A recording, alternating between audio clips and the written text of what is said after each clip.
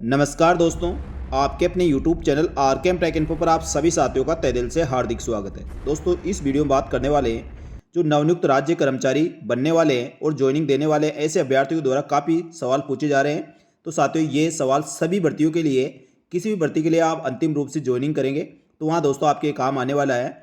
जो अभ्यर्थियों के कॉमन सवाल पूछे जा रहे थे उसमें से साथियों ये शॉर्ट लिस्ट किए गए हैं और उसके आधार पर दोस्तों आपको कुछ इनका समाधान बताने का प्रयास करूंगा। जैसे साथियों, ज्वाइनिंग कहाँ देनी है, सीनियरिटी कैसे बनती है, पदस्थापना आदेश जारी होने के बाद जो सबसे पहले ज्वाइन करता है क्या वह सीनियर रहेगा, या दोस्तों मेरिट के आधार पर सीनियरिटी बनती है, और कोई अभ्यर्थी यदि 3-4 महीने तक किसी कारणवश ज्वाइन नहीं कर पाता तो क्या उसकी सीनियरिटी डाउन होगी, बैंक अकाउंट कौन से बैंक का चलेगा, ऑफिस टाइमिंग क्या रहेगा, जो कैजुअल लीव सीएल आपको कैसे मिलेगी, उसका प्रोसेस क्या होता है, प्रोबेशन पीरियड में कितने सीएल ले सकते हैं। साथियों, ये सभी जानकारी इस वीडियो में मिलने वाली है। यदि आपका भी सवाल दोस्तों इनसे संबंधित है तो आप वीडियो को पूरा देख सकते हैं। और जो साथी पहली बार हमारे यूट्यूब चैनल को देख रहे हैं तो दोस्तों आपसे अनुरोध रहेगा हमारे YouTube channel RKM take info को ज्वाइन कर ले। यहाँ पर साथियों अभ्यर्थियों के सारे सवालों के साथ ही राजस्थान सरकार की समस्त भर्तियों की संपूर्ण सटीक जानकारी देने का प्रयास किया जाता है। तो साथियों आप हमारे यूट्यूब चैनल को ज्वाइन कर ले, साथ ही टेलीग्राम चैनल को भी ज्वाइन कर सकते हैं जिससे दोस्तों तुरंत जानकारी आपको मिल सके। यूट्यूब चैनल, टेलीग्राम ग्रुप या व्हाट्सअप चैनल, साथियों आप जिसको भी ज्वाइन करना चाहते हैं सभी का लिंक आपको इसी वीडियो के डिस्क्रिप्शन बॉक्स में मिलेगा, वहां से क्लिक करके आप ज्वाइन कर सकते हैं। चलो शुरू करते हैं दोस्तों इस वीडियो को और देखते हैं नवचयनित कर्मचारियों के द्वारा पूछे जाने वाले महत्वपूर्ण सवालों के एक एक करके जवाब देने का प्रयास कर रहा हूँ। सबसे पहले बात करें साथियों ज्वाइनिंग कहाँ देनी होगी। तो साथियों नवनियुक्त कर्मचारी को जिस भर्ती के लिए आप फाइनल रूप से सिलेक्ट हुए हैं उसके नियुक्ति आदेश और पदस्थापन आदेश संबंधित विभाग द्वारा जारी किए जाते हैं। तो साथियों जैसे विभाग द्वारा पदस्थापन आदेश जारी किया जाता है उसमें वैसे तो लिखा हुआ होता है कहाँ पे जाकर आपको ज्वाइनिंग करना होगा, लेकिन साथियों कभी कभी ऐसा होता है जिस विभाग द्वारा आपको नियुक्ति दी गई है उसके द्वारा दोस्तों उस जिले के जिस डिपार्टमेंट में आपको ज्वाइनिंग दी है उसके जिला मुख्यालय पर आपको भेज दिया जाता है। तो उसका जो जिला मुख्यालय पर हेड ऑफिस होता है वहाँ पर जाकर आपको ज्वाइनिंग देनी होती है और उस विभाग के अधीनस्थ विभाग जो उस जिले में होते हैं, चाहे वह जिला स्तर पर हो, ब्लॉक स्तर पर हो या ग्राम पंचायत स्तर पर, तो साथियों वह अपने हिसाब से पोस्टिंग देते हैं और वहां जाकर आपको ज्वाइनिंग करना होता है। साथियों अधिकांश केस में देखने को यह आता है नवनियुक्त कर्मचारियों को पदस्थापन आदेश जारी होता है, उसमें ज्वाइनिंग पहले से आपका लिखा हुआ होता है किस जगह आपको जाकर ज्वाइन करना है, लेकिन साथियों उस विभाग का जो डीडीओ पावर जहाँ होता है वहाँ पर जाकर दोस्तों आपको ज्वाइनिंग करनी होती है, चाहे वो जिला स्तर पर हो या दोस्तों उनका डीडीओ पावर ब्लॉक स्तर पर हो या उनका ग्राम पंचायत स्तर पर, जहाँ पर उनके सारे सर्विस रिकॉर्ड मेंटेन किए जाते हैं और जहाँ से सैलरी बनती है उस कार्यालय में आपको ज्वाइनिंग देनी होती है। जैसे साथियों मैं आपको सूचना प्रौद्योगिकी संचार विभाग की बात करूं तो सूचना प्रौद्योगिकी संचार विभाग का डीडीओ पावर डिस्ट्रिक्ट लेवल पर होता है। डिस्ट्रिक्ट लेवल पर कलेक्ट्रेट ऑफिस में सूचना प्रौद्योगिकी संचार विभाग का ऑफिस होता है, वहाँ एडिशनल डायरेक्टर, ज्वाइंट डायरेक्टर या एनालिस्ट कम प्रोग्रामर डिप्टी डायरेक्टर विभाग का मुख्य अधिकारी होता है और उनके पास से डीडीओ पावर होता है। यानी साथियों आपका यदि ब्लॉक पे आपकी पोस्टिंग हुई है तो भी आपको जाकर जिला मुख्यालय पर सूचना प्रौद्योगिकी संचार विभाग में देनी होगी। इसी प्रकार साथियों जैसे चिकित्सा विभाग में देखें, यदि आपको जिला आवंटित किया जाता है तो साथियों आपको जिले के सीएमएचओ ऑफिस में जाकर ज्वाइनिंग देनी होगी। यदि साथियों डायरेक्ट आपको बीसीएमओ ऑफिस या किसी सीएससी पीएससी पे यदि पोस्टिंग दी जाती है तो आपको बीसीएमओ ऑफिस में जाकर ज्वाइनिंग देनी होती है। तो साथियों इस प्रकार आपको समझ में आ गया होगा, यदि आपका नियुक्ति आदेश जिला स्तर पर दी जाती है और जिला स्तर से आपको पोस्टिंग पहले अलॉट किया जाएगा तो आपको जिला मुख्यालय पर जो उस डिपार्टमेंट का हेड ऑफिस होता है वहाँ ज्वाइनिंग करनी है।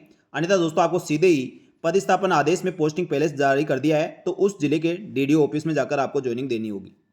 इसके बाद बात करें दोस्तों सीनियरिटी लिस्ट कैसे बनती है। साथियों सीनियरिटी लिस्ट के बारे में बात करें तो सीनियरिटी लिस्ट आजकल मेरिट के आधार पर जो रिजल्ट जारी किया जाता है वही आपकी सीनियरिटी लिस्ट होती है।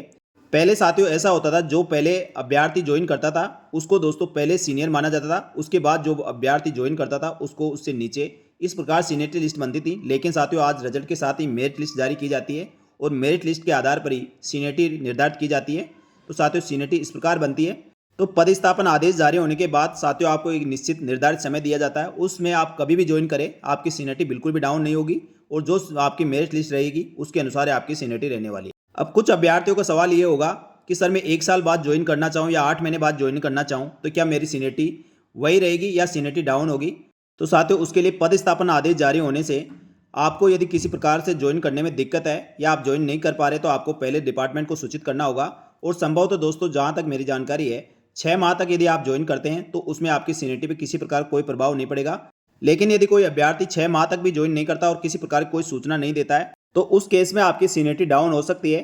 तो साथियों मेरा मानना यही है पदस्थापन आदेश जारी होने पर जो आपको समय दिया गया उस समय में आप ज्वाइन कर ले तो आपको किसी प्रकार की कोई समस्या नहीं होगी। और किसी कारणवश कोई अभ्यर्थी दोस्तों ज्वाइन करने में असमर्थ है या कोई ऐसा जैसे मेडिकल रीजन हुआ या साथियों आप कहीं जॉब कर रहे हैं और आप वहाँ से रिलीव नहीं हो पा रहे तो आप उसके लिए पहले से डिपार्टमेंट को सूचित करना होगा, अन्यथा विभाग द्वारा मान लिया जाएगा आप इस पद के लिए ज्वाइन करने के इच्छुक नहीं है और आपको दोस्तों 1 से 2 नोटिस देकर आपकी अभ्यर्थना निरस्त कर दी जाएगी।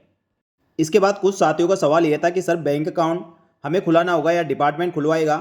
तो साथियों इसके लिए मैं आपको बताना चाहूँगा, बैंक अकाउंट जहाँ तक डिपार्टमेंट नहीं खुलवाता, यदि कोई डिपार्टमेंट खुलवाता तो आप खुलवा सकते हैं। वैसे साथियों डिपार्टमेंट इसके लिए फोर्स नहीं करता है, आप किसी भी बैंक अकाउंट में अपना सैलरी पेमेंट ले सकते हैं। वैसे साथियों सभी साथियों के पास बैंक अकाउंट पहले से होगा। आपका यदि दोस्तों राष्ट्रीयकृत बैंक में है तो बहुत अच्छी बात है, या किसी अन्य बैंक में भी यदि आपका अकाउंट है तो उसमें दोस्तों सैलरी डाल दी जाती है, उसको सैलरी अकाउंट में आप कन्वर्ट बाद में करवा सकते हैं। लेकिन अधिकांश सरकारी डिपार्टमेंट के जो भी अकाउंट होते हैं वह SBI बैंक में होते हैं। तो साथियों यदि आपका SBI बैंक का अकाउंट है तो आपको किसी प्रकार की कोई समस्या है ही नहीं। फिर भी साथियों यदि कोई डिपार्टमेंट के द्वारा बोला जाता है उस बैंक में आपको खाता खुलवाना तो आप दोस्तों खुलवा सकते हैं, उसमें कोई ज़्यादा इश्यू नहीं है। कभी कभी डिपार्टमेंट दोस्तों अपनी सहूलियत के अनुसार भी बैंक खाता खुलवा लेता है, लेकिन साथियों 99% संभावना यही रहती है जो भी बैंक अकाउंट आपका होगा उसी में आपकी सैलरी डाल दी जाएगी। मुश्किल से 1% दोस्तों संभावना रहती है कि डिपार्टमेंट खुद अपने स्तर से कोई बैंक अकाउंट खुलवाए। उसके बाद कुछ अभ्यर्थियों का सवाल यह भी था सर बैंक अकाउंट अभी ज्वाइनिंग के समय देना होगा या बाद में। तो साथियों बैंक अकाउंट नंबर आपका बाद में ले लिया जाएगा जब आप ज्वाइनिंग कर लेंगे। ज्वाइनिंग के बाद दोस्तों बहुत सारी प्रोसेस होती है, उसमें आपका 1 से 2 महीने 3 महीने भी लग जाते हैं। वह सारी प्रक्रिया अपनाएंगे तब दोस्तों आपसे आपका DDO के द्वारा बैंक अकाउंट मांग लिए जाएंगे, तो आप अपने संबंधित दस्तावेज वहाँ जमा करवाएं। क्योंकि साथियों फर्स्ट सैलरी आने में कभी कभी दोस्तों 2 से 3 महीने भी लग जाते हैं, इस चीज़ का ध्यान रखें। जहाँ स्टाफ कम होता है वहाँ दोस्तों जल्दी सी कार्रवाई हो जाती है, जहाँ अधिक स्टाफ होता है वहाँ थोड़ा ज़्यादा समय लग सकता है। इसलिए साथियों बैंक अकाउंट को लेकर आप बिल्कुल भी परेशान ना हो। जैसे साथियों आप ज्वाइन करते हैं, ज्वाइन करने के बाद आपको सारी जानकारी मिल जाएगी। इसके बाद बात करें दोस्तों ऑफिस टाइमिंग की, क्योंकि साथियों काफ़ी अभ्यर्थी इसको लेकर भी कमेंट कर रहे थे कि ऑफिस टाइमिंग क्या रहता है। वैसे साथियों में आपको 99% संभावना सभी सरकारी डिपार्टमेंटों का समय 9:30 बजे से लेकर शाम 6 बजे तक रहता है। कुछ ऐसे इमरजेंसी डिपार्टमेंट भी हो सकते हैं साथियों, उसमें टाइमिंग आपको अलग मिले क्योंकि वहाँ पर शिफ्टों में भी काम चलता है, तो उसके अनुसार भी दोस्तों आपका टाइमिंग हो सकता है। लेकिन साथियों अधिकांश आपका 9:30 बजे से लेकर 6 बजे तक का टाइमिंग रहेगी। कुछ अभ्यर्थियों का कमेंट थे कि हमारे तो जो भी आसपास जो कर्मचारी है वह 10 बजे से 10:30 बजे तक ऑफिस जाते हैं और 5 बजे वापस आ जाते हैं। तो साथियों ऐसा इसी प्रकार कोई भी टाइम टेबल नहीं है। साथियों ऐसे कर्मचारी या तो अपने काम के प्रति लापरवाह है या अपने रिस्क पर साथियों ऐसा काम करते हैं। मेरा मानने तो यही है साथियों, आपको जो भी टाइमिंग आपको दिया जाए 9:30 बजे से लेकर 6 बजे तक जो ड्यूटी रहती है वह पूरी ड्यूटी करनी है। यदि साथियों आपको ऐसा कोई ऑफिस मिलता है जिसमें अलग से आपको टाइमिंग है तो वहाँ पर दोस्तों उसके अनुसार आपको ड्यूटी करनी है। इसके बाद साथियों सबसे अधिक सवाल ये भी आता है कि सर हमें CL कितनी मिलेगी, छुट्टी कितनी मिलती है। तो साथियों छुट्टी की बात करूं तो जो प्रोबेशन पीरियड में रहते हैं वहां पर आपको 15 CL मिलती है, तो एक वर्ष में आप 15 CL ले सकते हैं। साथियों एक बार में अधिकतम 10 CL से ज़्यादा आप एक साथ नहीं ले सकते, इस चीज़ का भी ध्यान रखें। यह आपके अधिकारी पर निर्भर करता है, लेकिन साथियों 10 से ज़्यादा CL एक साथ नहीं दी जाती है। प्रोबेशन काल में मेडिकल और PL दोनों नहीं मिलती है, इस चीज़ का भी ध्यान रखें।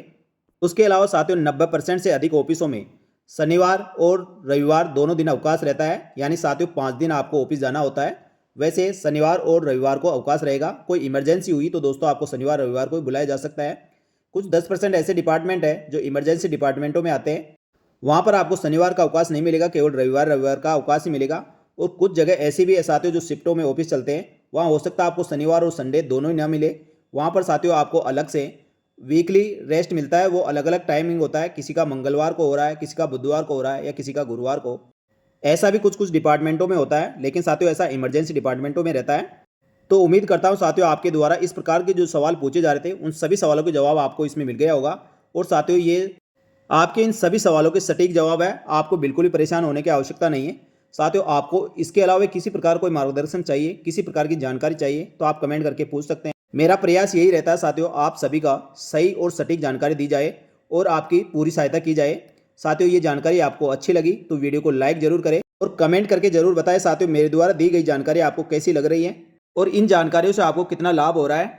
तो साथियों हमारे यूट्यूब चैनल और टेलीग्राम चैनल को आप ज्वाइन करने के साथ ही अन्य साथियों को भी शेयर करें, जिससे दोस्तों उनको भी सभी जानकारियाँ सही समय पर मिल सके।